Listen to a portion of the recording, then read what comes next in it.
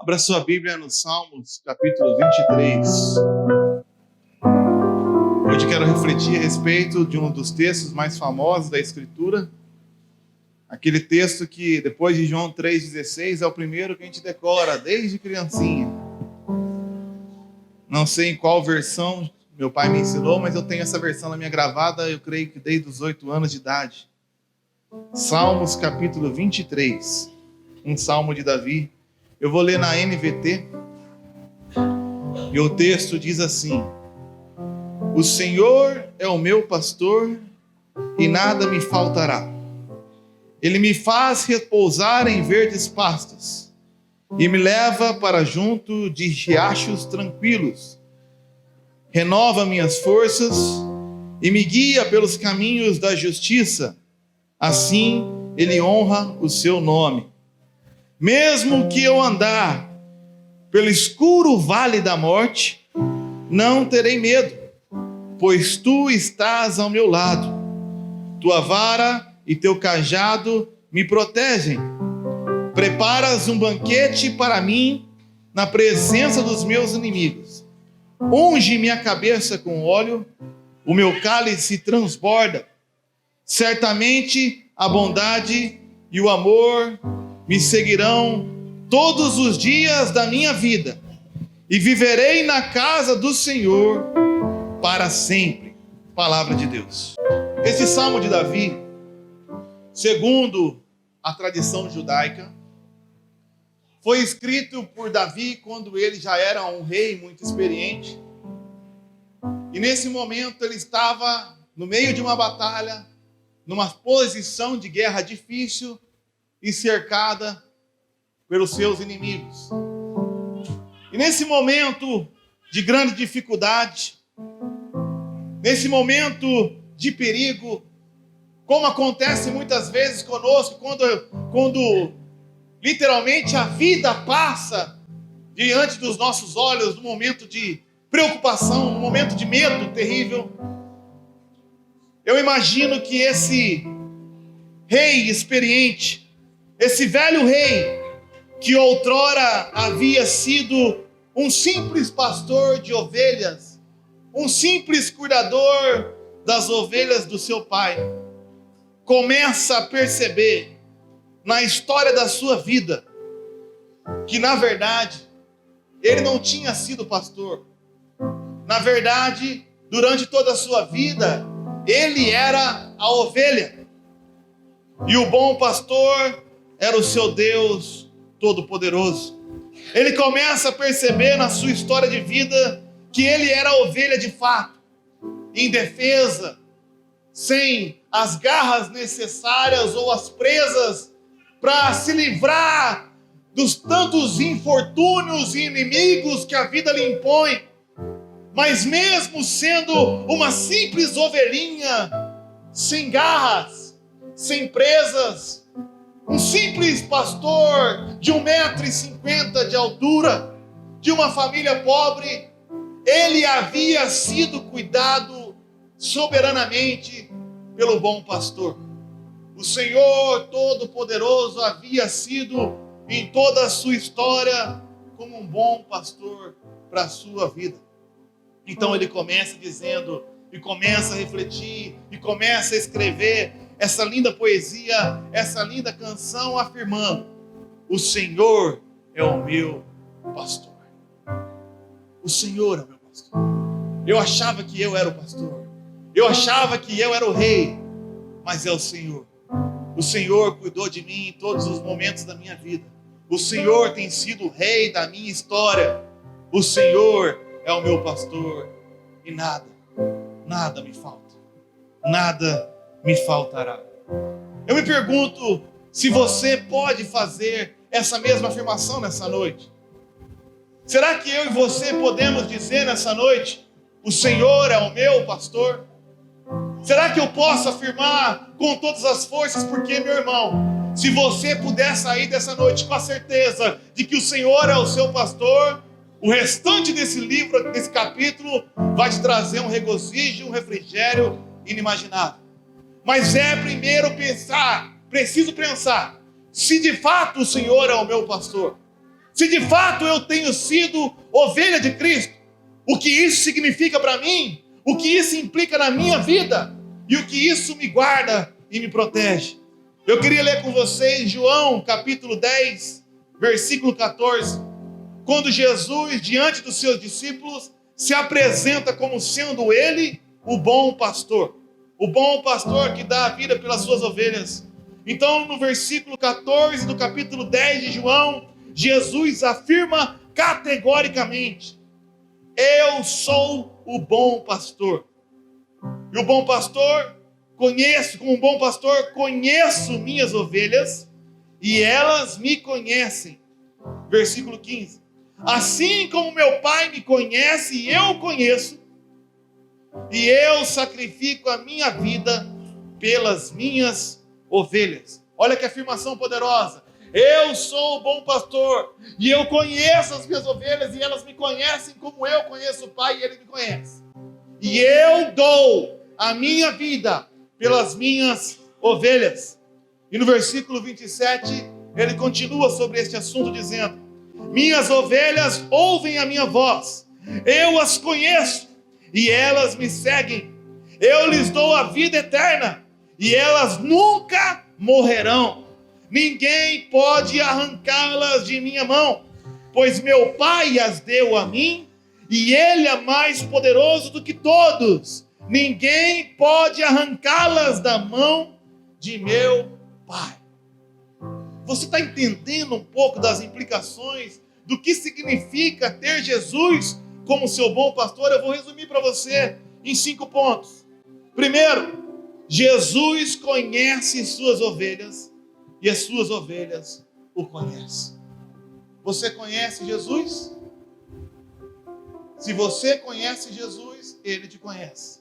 Se Jesus te conhece, você o conhece. Eu não estou perguntando se você conhece a Igreja Batista em Bela Vista do Paraíso.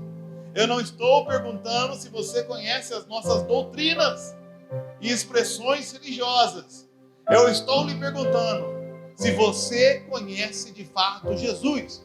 Pois no último dia, muitos dirão: Senhor, em teu nome expulsamos demônios. Senhor, em teu nome curamos enfermos. Em teu nome pregamos e anunciamos. E Jesus vai dizer para alguns que achavam que eram suas ovelhas: afaste-se de mim, porque eu não o conheço.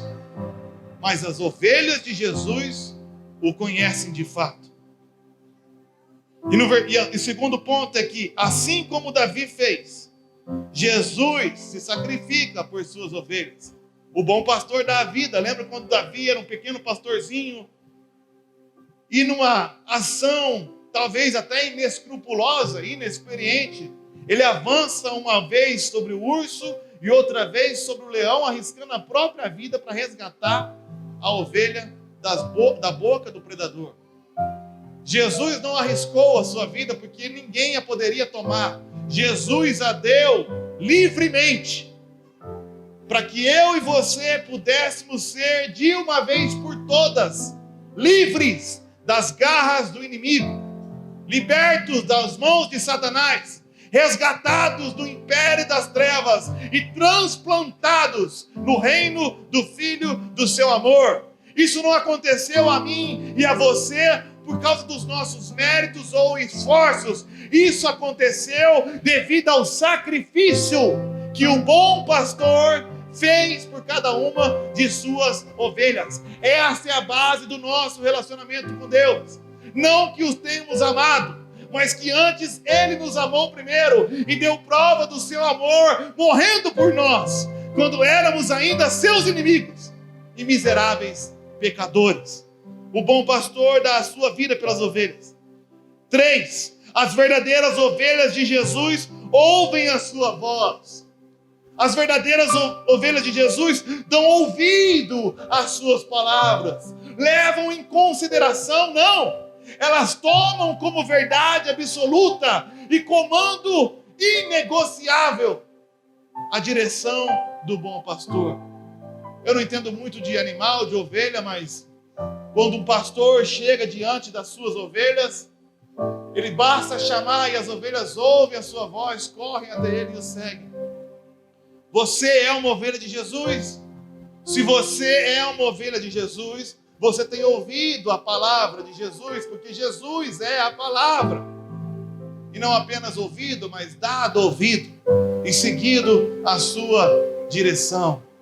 Quantas pessoas vivem procurando saber qual é a palavra que Deus tem para a minha vida? Vou lá na igreja, vou procurar a irmãzinha que vai me dar a palavra de Deus. A palavra de Deus para a sua vida já está escrita há mais de 2000 anos atrás, está aqui. Se você é uma ovelha de Jesus, você ouve a sua voz e o segue. 4. Mas se você é uma ovelha de Jesus, meu irmão, ninguém é capaz de roubar essas ovelhas de suas mãos. Preste atenção na analogia. Davi era um homem pequenininho, um rapaz ótimo de 15, 14 anos. E quando um leão atacou uma de suas ovelhas, o amor de Davi pelas ovelhas do seu pai e pelas ovelhinhas era tão grande que um leão e um urso não foi capaz de roubar uma ovelha sequer das mãos de Davi. Mas Davi é um pequeno homem, miserável, pecador, franzino. Mas se Jesus, irmãos, o Rei da glória, o Senhor dos senhores, o príncipe dos reis da terra, tem você como ovelha, ninguém será capaz de arrebatá-lo de suas mãos. E por último, Jesus, para reafirmar a força dessa mensagem, diz: elas, as ovelhas, são um presente de Deus a seu filho. Por isso ele zela por elas também. E ninguém, nem poderes, nem altura, nem profundidade, nem qualquer outra criatura no céu ou na terra é capaz de separar essas ovelhas do amor de Deus que está em Cristo Jesus, nosso Senhor. Nenhuma das ovelhas de Jesus se perde. Ninguém! Você é alguém? Então nem mesmo você, nem a sua família, nem os políticos, nem os poderes, nem as alturas, nem os principados, demônios e potestades, nada, nem ninguém pode nos arrancar das mãos do nosso Senhor e nos afastar do amor de Deus que está em Cristo Jesus. Esta é a segurança para todos aqueles que pela fé declaram: o Senhor é o meu pastor e de nada eu tenho falta. No original parece que ele está dizendo no presente: de nada tenho falta. No português traduziram: de nada me faltará. Independente de qualquer coisa, irmãos, seja no momento presente ou no momento futuro, as ovelhas de Jesus podem descansar tranquilas, pois não tem um pastor que não se compadece delas, não. Antes teve um que se fez homem e sofreu e padeceu e passou por todas as tentações, e por isso ele pode sim entender o que você sente. Ele não apenas entende, mas se compadece, sente uma dor profunda pelo seu sofrimento. E a palavra de Deus nos garante que em Cristo Jesus temos suprido todas as nossas necessidades. Entenda que eu não estou falando vontade, necessidades.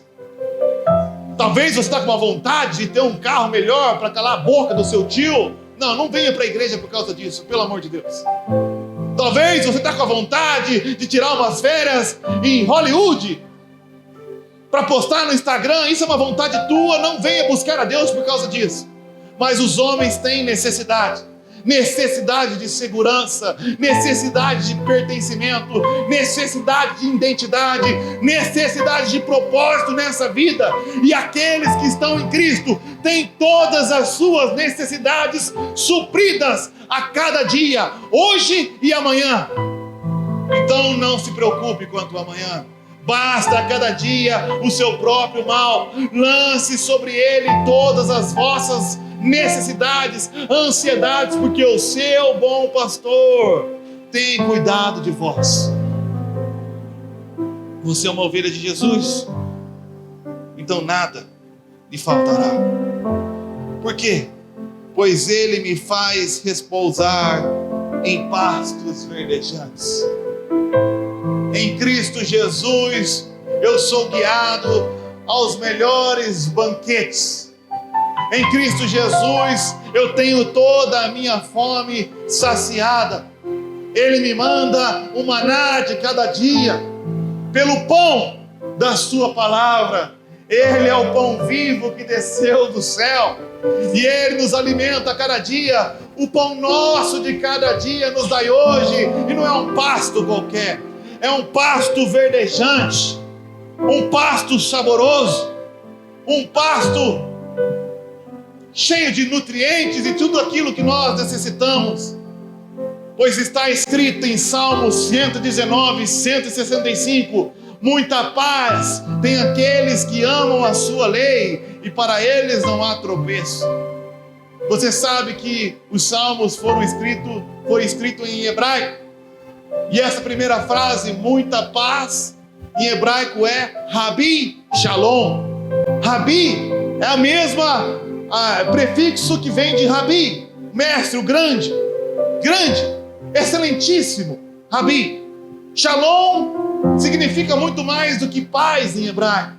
É paz, conforto, segurança, bem-estar, felicidade, excelentíssima, grandíssima paz, abundância de alegria, de conforto, de bem-estar, de felicidade. Tem aqueles que amam a sua lei, e para esses não há tropeço. Quem anda na luz não tropeça. E Jesus é a luz do mundo. A luz do mundo que ilumina a nossa alma, ilumina a nossa mente, ilumina o nosso entendimento. Muita paz tem os que amam a sua lei. Se lhe falta paz, ovelhinha de Jesus, se lhe falta segurança, ovelhinha de Jesus, eu lhe pergunto, onde está se alimentando? Talvez não seja nos pastos verdejantes que o Senhor lhe propôs. Talvez você esteja comendo das bolotas que os porcos recusam, porque você se afastou da presença do Pai. Mas eu quero te dizer nessa noite, que mesmo que você tenha se afastado da presença do Pai, como um filho pródigo, comendo o resto da comida dos porcos, comendo o resto das bolotas que os porcos recusam, nada separa você do amor do Pai.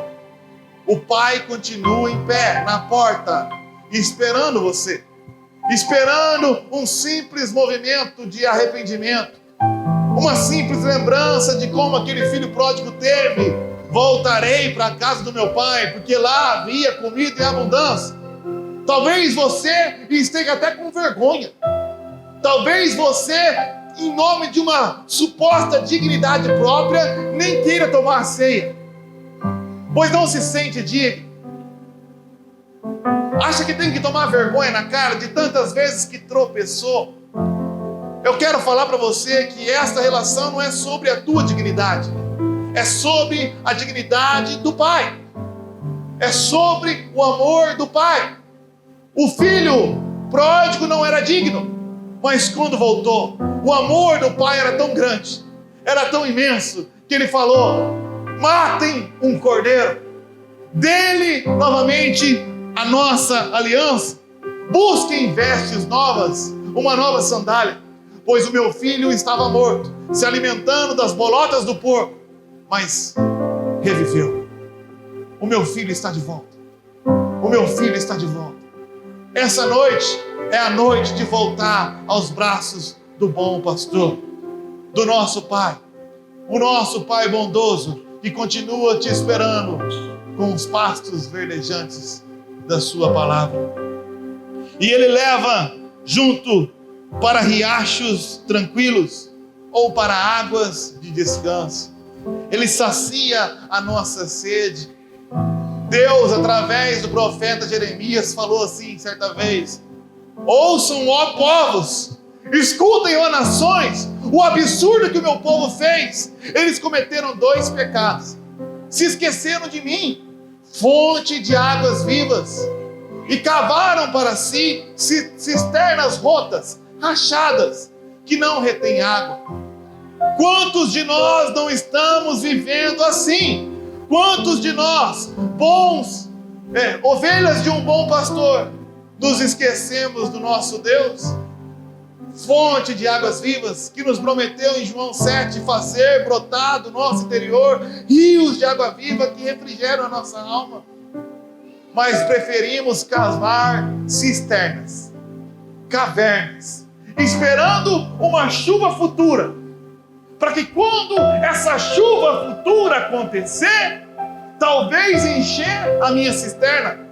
Mas essa cisterna está rachada, e essa água da chuva dura 1, 2, 3 dias.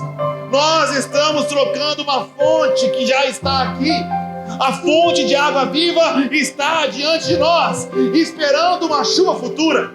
Você não está entendendo o que eu estou falando? Vou falar em português para você. Deus está de apostos.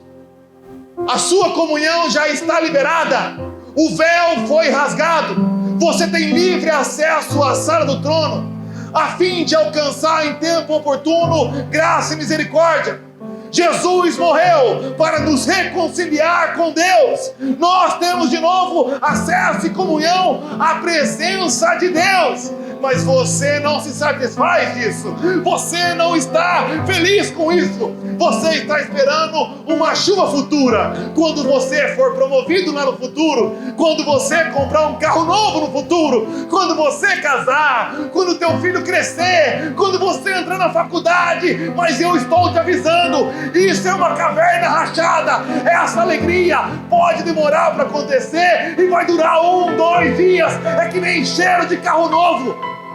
Mas a alegria de Jesus é plena, e a satisfação é abundante, e ela refrigera a nossa alma, apesar e além de qualquer uma das circunstâncias.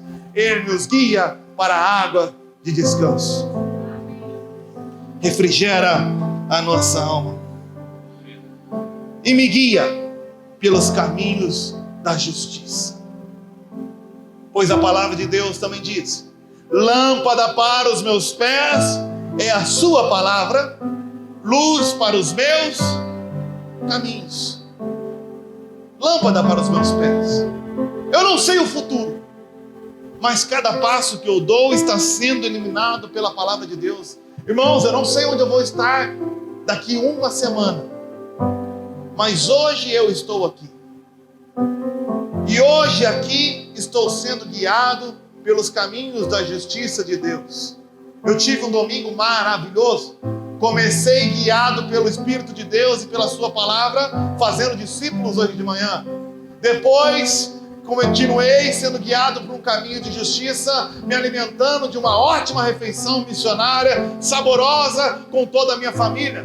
Depois tive uma tarde agradável, dando atenção e tempo, amor, carinho à minha mulher e os meus filhos. Depois tirei um ótimo domingo para descansar e refletir no Senhor, na minha rede.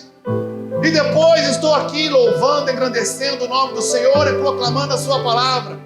Eu não sei o que me espera amanhã, mas hoje fui guiado pela sua palavra. Hoje fui guiado por um caminho de justiça. E Deus promete fazer assim a você também. Talvez você esteja preocupado em saber qual é o plano de Deus para o futuro. Não se preocupe com isso. Viva o hoje. Viva agora. As pessoas têm que aprender a viver o agora. Ou vivemos presos no passado, depressão. Ou vivemos numa expectativa do futuro, ansiedade. Nós estamos no hoje. Este é o dia que o Senhor já fez. Nesse dia me alegrarei. E Ele me guia pelos caminhos de justiça. E por eu ser guiado por Ele, não tropeço. Não tropeço. Quando tropeço, é por arrogância minha, por achismo meu. Mas enquanto sigo os caminhos direitos do Senhor, estou seguro. E Ele faz isso, sabe por quê? Por amor do seu nome. Sabe por que Ele me alimenta, refrigera a minha alma e me guia por caminhos de justiça? Não é porque eu mereço. Não é porque eu sou digno. mas é porque ele honra o próprio nome. Ele disse, ele cumpre. Ele prometeu, ele garante. Ele penhorou, ele resgata. Nós temos um Deus de palavra. Se ele falou, vai acontecer. Se ele prometeu, ele vai cumprir. Ele não faz isso apenas por honra tua. Não, ele faz isso por honra ao seu nome. Eu o diz o Senhor, e assim se fará. E assim se fará. Pois mesmo quando somos infiéis, ele permanece fiel, por amor de seu nome. E mesmo quando eu andar pelo escuro vale da morte, quer saber de uma coisa? Não temerei mal algum. Aqui o rei Davi começa a se preocupar. Talvez agora ele comece a lembrar, mas e amanhã? Como que vai ser essa batalha? O que me aguarda amanhã? Já reparou como a gente é indefeso? Como nós não temos defesa alguma contra a vida? Um mosquito qualquer te pica e você fica doente ou pode morrer. Um vírus que você inimaginável entra no teu nariz e de repente você pode falecer, você pode atravessar a rua e ser atropelado por um caminhão. Sabe Deus o que nos espera? Você já reparou, ligou o jornal, como o mundo é perigoso? Você deixa a sua filha na escola e de repente uma criança atormentada de 13 anos entra e dá uma facada nos amiguinhos e no professor. Esse mundo é perigoso. Esse mundo é aterrorizante para aqueles que vivem a olhar para ele. Mas eu tenho uma palavra de Deus. Ainda que eu ande pelo vale da sombra da morte, e eu ando todos os dias, ainda que eu esteja cercado pelo meu inimigo, andando ao derredor, bramando como um leão, buscando a quem possa tragar, não temerei mal algum. 1000 podem cair ao meu lado, 10.000 à minha esquerda, mas eu não vou ser atingido. Eu não estou falando que eu não vou ser atingido por uma doença. Eu não estou falando que não vou ser atingido por uma fatalidade.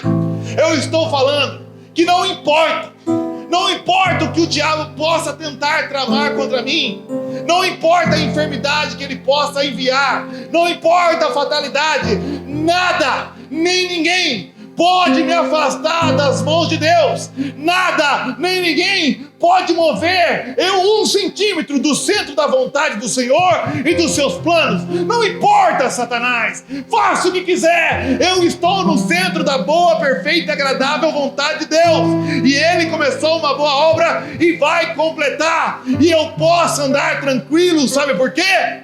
Porque Ele está comigo. Eis que estou convosco todos os dias da sua vida. Ele escolheu habitar em mim. O Deus transcendente, acima do tempo e do espaço, escolheu, sem necessidade alguma, habitar e morar no meu coração. Então, ainda que eu ande pelos perigos da vida, eu continuo tranquilo. Como ele mesmo diz no Salmos 27, ainda que um exército me cerque e os meus inimigos tramem contra mim, não temerei mal algum, porque uma coisa apenas pedi ao Senhor. Eu não pedi um carro, eu não pedi uma casa, eu não pedi uma carreira de sucesso que a traça pode roubar, o ladrão pode roubar, as pessoas podem boicotar. Não, eu pedi apenas uma coisa, e a buscarei: que eu possa estar na sua santa presença todos os dias da minha vida.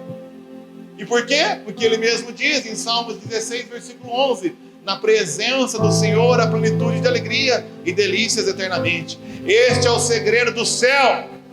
Tem gente querendo ir para o céu por causa das ruas de ouro, mas lá o ouro vai ter o valor que sempre deveria ter. Nenhum. Ouro não serve para nada a não ser para ser pisado. É um mineral feito para ser pisado. Por isso que no céu terá ruas de ouro. Mas o que importa no céu é a presença plena de Deus habitando. livres de toda a presença do pecado e de todas as suas consequências, habitaremos por toda a eternidade na presença de Deus. Mas ainda hoje, ainda nesse corpo mortal, ainda cercado de pessoas más, ainda cercado pelos homens de Belial, ainda revestido desse corpo miserável, eu tenho a presença de Deus no meu coração e na minha alma. Por isso ela refrigera a minha alma, ela me dá segurança, ela me dá abrigo, ela me dá proteção, ela me dá a certeza de que Deus está comigo. E se Davi cuidou das suas ovelhas, quanto mais o meu bom pastor. Não temerei mal algum, tu estás comigo. E a tua vara e o teu cajado me protegem. O pastor tinha aquele cajado que fazia uma curva em cima com uma ponta no final. Vinha um urso, ele espetava. Vem o inimigo e o meu pastor, aqui não. Esse é meu. Você não está entendendo? Eu tenho um celular miserável, olha, trancado, travado. Eu demorei 15 minutos para abrir ele aqui, para ler a introdução da mensagem. Quando abriu, já estava no meio da mensagem. E eu guardo e eu protejo. Se eu der isso aqui para a Nelise, ela vai proteger mais do que a própria vida. Agora, se eu der um iPhone 14, tá? Ah, meu filho. Ela mata as irmãs, mas protege. E eu mato ela se ela não proteger, porque custa muito. Agora Jesus, para te adquirir, pagou um preço altíssimo. Sabe qual? O preço precioso do seu sangue. Ah, você não paga uma conta dessa, hein, Fernando? Você não paga uma conta dessa e deixa qualquer serruela levar embora. Não deixa. Não, eu morri por você. Me desculpa, eu paguei muito caro por essa ovelhinha, capeta. Essa aqui é minha, essa aqui não. Cai fora! E às vezes até a ovelhinha que quer dar uns rolê afora. Uma ovelhinha underground, independente. Uma ovelhinha empreendedora espiritual. E é para isso que tem a vara. Então a ovelhinha, como diz o filho pródigo, não, eu sei o que é bom para mim. Relaxe, ovelhinha do Senhor. Ele vai pegar aquela partezinha mais reta e vai fazer assim no céu. Pum! Corta! Pum! Mas eu não quero. Eu que paguei! Você não pagou nada? Não estou nem aí para você, o que você quer, o que você não quer. Eu paguei. Volta, você é minha. Por isso, não desmaieis quando por Deus fores corrigido, porque Deus corrige aos seus filhos. Deus corrige a quem ama. Pois se Deus não te corrigisse, você não seria filho, seria um bastardo. Se você está sendo corrigido por Deus, não é porque Deus te detesta, é porque Ele te ama. E Ele não vai perder você, nem para você mesmo. Mas talvez você se colocou num buraco tão profundo e falar, daqui não dá para sair, pastor. Não, mas você não conhece o bordão do pastor? Ele joga você e puxa pelo pescoço. Mas eu estou num buraco tão profundo. Mesmo que você faça a cama na mais alta montanha. E ele continua. Ainda que faça uma cama no inferno, eu lá estarei. Onde você tem dormido, pousado, passado as suas noites? No inferno? Nesta noite o Senhor vem com o seu bordão para resgatar você da onde você está. Não porque você fez algo por merecer, mas porque Ele pagou muito caro para ter você. Ele vai te resgatar. Ele vai completar a obra que começou. Ele vai limpar você. Ele vai cuidar de você. Ele vai alimentar você. Vai te dar uma nova aliança, um novo calçado e uma nova veste. Porque você é dele. Vós sois propriedade exclusiva. E eu não reparto as minhas coisas com ninguém. Você é propriedade de Deus. Por isso a tua vara e o teu cajado me protegem. E diante de todas estas adversidades, diante de todos esses inimigos, dos quais eu talvez seja o meu maior inimigo, Ele me garante preparar um banquete na presença dos meus inimigos. Quando o pai recebeu o filho pródigo, mandou matar um cordeiro. E Jesus, quando prepara um banquete para você, Ele é o banquete. Ele é o pão. Ele é o vinho. O seu corpo foi entregado para o seu alimento. Cada gota do seu sangue foi dado para a sua salvação. Ele prepara um banquete, Ele se entrega como oferta nesse banquete, na presença dos seus inimigos. Como quem diz: senta aqui, meu filho, e come. E assistam aos céus, assistam, ó demônios, vocês que nos cercam e nos perseguem dia a dia. Esse filho é meu, e aqui ninguém toca. Ah, como eu queria que você abrisse os olhos, como Eliseu abriu os olhos pela fé do seu servo Geazi. São muitos inimigos, sim, pessoal. São muitos demônios, sim. São muitas tramóias, muitos planos diabólicos. Mas para cada demônio tem 2 anjos. Ah, se Deus abrisse os seus olhos para você ver que é muito grande o nosso adversário, mas maior é aqueles que estão do nosso lado. Muito mais são aqueles que estão conosco. Se fosse só entre anjos e demônios, já seria uma batalha vencida, mas não. Do nosso lado está o Deus Todo-Poderoso. E Jesus Cristo, no qual tudo que existe, na verdade, subsiste nele. Jesus não precisa lutar com o diabo. Basta tirar a sua existência e o diabo deixa de existir, porque o diabo é criatura e os seus planos são criações de criatura. Mas o nosso Deus é criador. Então Ele prepara esse banquete na presença dos exércitos espirituais e unge a tua cabeça com óleo. Ele unge a tua cabeça com o selo do Espírito Santo, o penhor da sua herança. Unge os nossos ouvidos.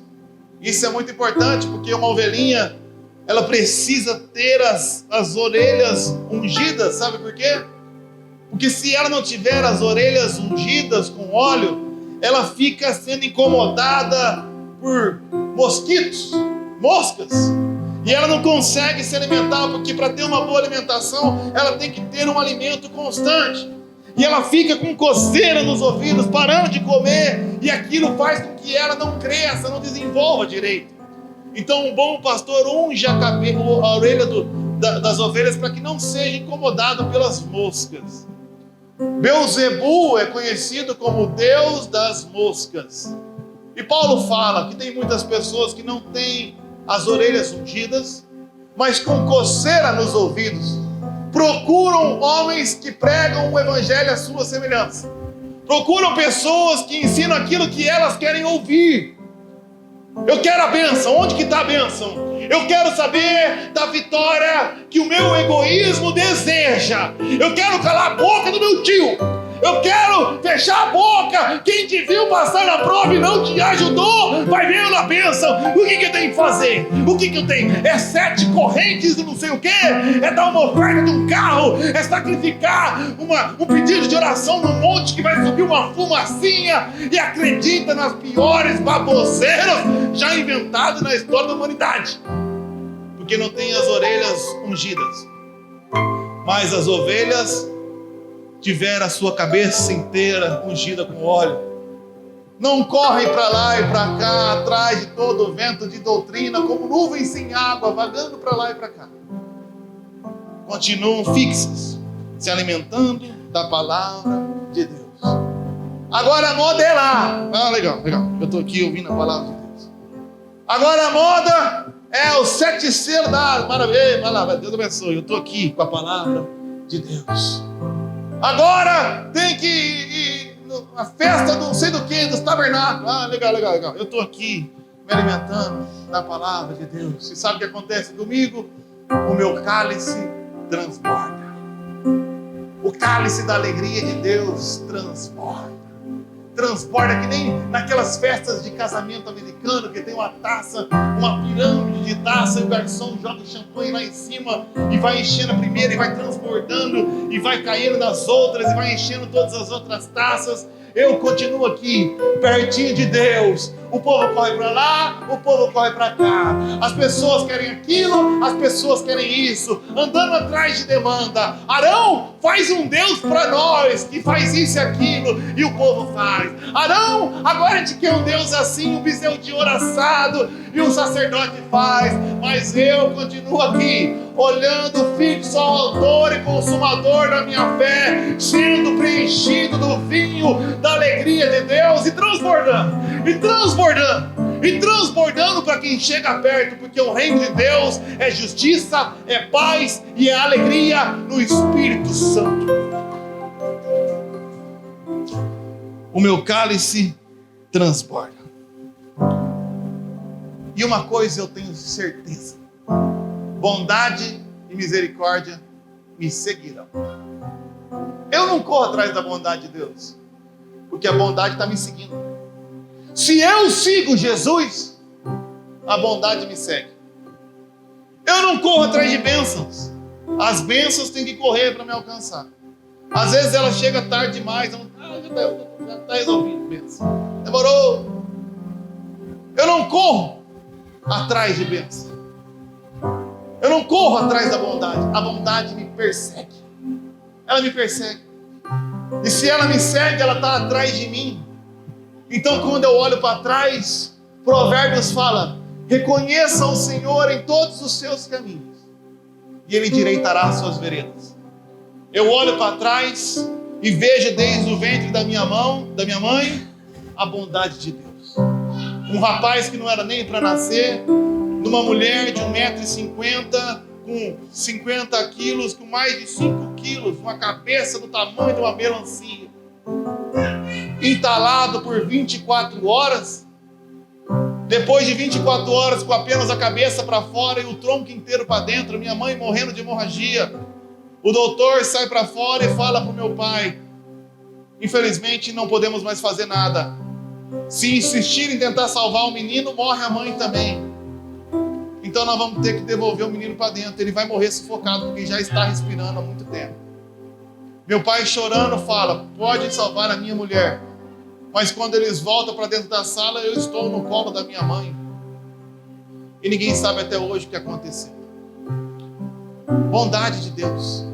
Bondade de Deus de ver um moleque inútil, feio para burro, casado com uma maravilhosa, bonita, e não posso nem falar o nome, como um lírio entre os espinhos. Sabe, irmão? Eu vou para o culto, às vezes eu até me perco. Eu não gosto de olhar para a Renata quando eu prego, porque eu perco. Eu estou pregando e olho e falo: meu Deus, bondade. Todo mundo aqui vai casar, menos você, Mateus, você é feio demais. Meu Deus. Eu estou lá preparando o culto, aí vou passar no banheiro, ela está fazendo um negócio no espelho, eu passo: meu Deus. Deus é bom, irmãos. Deus é misericordioso. A bondade me segue. Eu não mereço, mas ela me segue. E sabe, eu olho para trás e vejo muita coisa errada que eu cometi.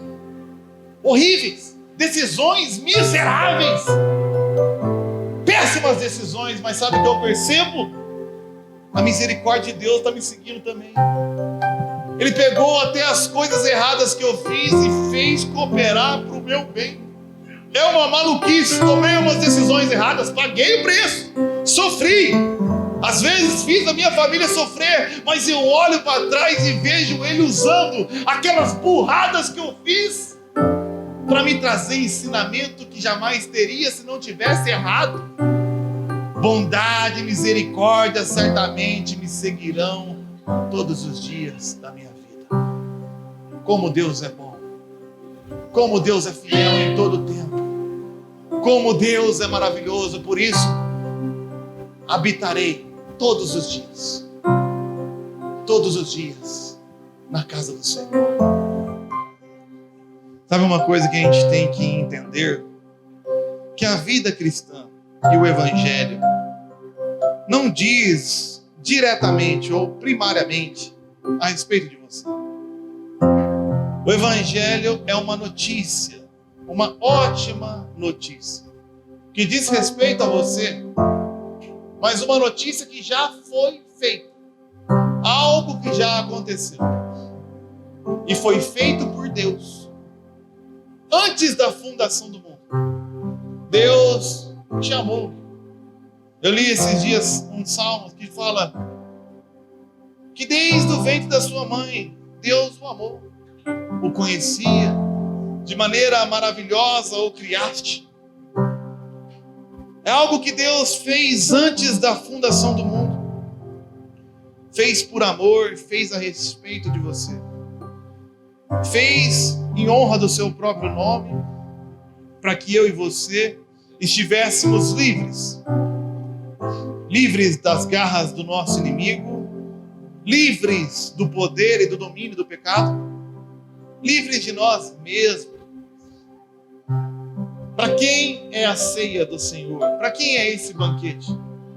Esse banquete é para todo aquele que crê que Jesus Cristo morreu e ao terceiro dia ressuscitou em favor de você que nele crê. Se você crê em Jesus e ainda não foi batizado, você precisa testificar a tua fé através do batismo. A ceia é para quem pertence, não a essa igreja, mas a igreja mística do Senhor, e que creu e um dia foi batizado. Pastor, eu creio, mas ainda não fui batizado. Então não perca tempo. Nos procure. Nos procure para que a gente possa te orientar. A gente passa algo ali para você estudar, entender um pouquinho mais do que o Senhor fez. E na hora certa nós vamos batizar você. Não perca tempo. Pelo amor de Deus. Literalmente, pelo amor de Deus. Se você crê, este sacrifício foi para você. E Jesus nos ensinou, como Paulo repetiu, que na noite em que Jesus foi traído, ele tomou o pão e, tendo dado graças, disse: este é o meu corpo, que foi dado por vós. Fazei isto em memória de mim. De mim. Em memória da bondade de Deus que te persegue, da misericórdia de Deus que te persegue, do sacrifício de Deus a teu favor. Não é em memória do que você fez ou deixou de fazer, pois você não é digno. A ceia não é sobre você, a ceia é sobre Jesus. É uma honra e louvor e gratidão a Jesus. Então o pastor está dizendo que eu posso viver de qualquer maneira? Não! Pois o amor de Cristo nos constrange. O amor de Cristo nos constrange. E quando você entende que essa cruz foi feita, um imenso sacrifício por você, esse amor te constrange a não viver mais para você, mas viver para Ele que por você morreu e ressuscitou. E essa vida, essa ressurreição de Cristo começa a fluir através de mim e de você. Talvez você seja crente batizado há muito tempo e viva na derrota espiritual sobre o pecado, por isso tem vergonha a cada 3 ceias de tomar 4. Mas é porque te ensinaram que é o teu esforço. Enquanto você tentar fazer, não vai conseguir. Mas o que nós precisamos fazer é nos arrepender de nós mesmos, nos render. Aceitar pela fé o amor de Deus. E a partir de agora, essa vida que agora vivo, não vivo mais para mim mesmo. Mas eu fui crucificado com Cristo, agora vivo não mais eu, mas Cristo vive através de mim. Eu entro nas águas do descanso. Eu consagro ao Senhor a minha vida como oferta e deixo ela lá. Sabedor de que Deus não devolve, que ninguém me arrebatará de lá, que ninguém arrebatará das mãos do Pai. E Ele irá completar a boa obra que começou, pois Ele pagou um preço altíssimo por mim e por você. E Ele não abre mão, como um bom pastor de suas ovelhas. Independente que estão sendo levadas por demônios, lobos e leões, ou sendo erroneamente guiadas por si mesmo, Ele nos protege, Ele nos guarda, Ele nos resgata. E nessa noite, eu creio que muitos estão sendo restaurados aqui, de uma vez por todas.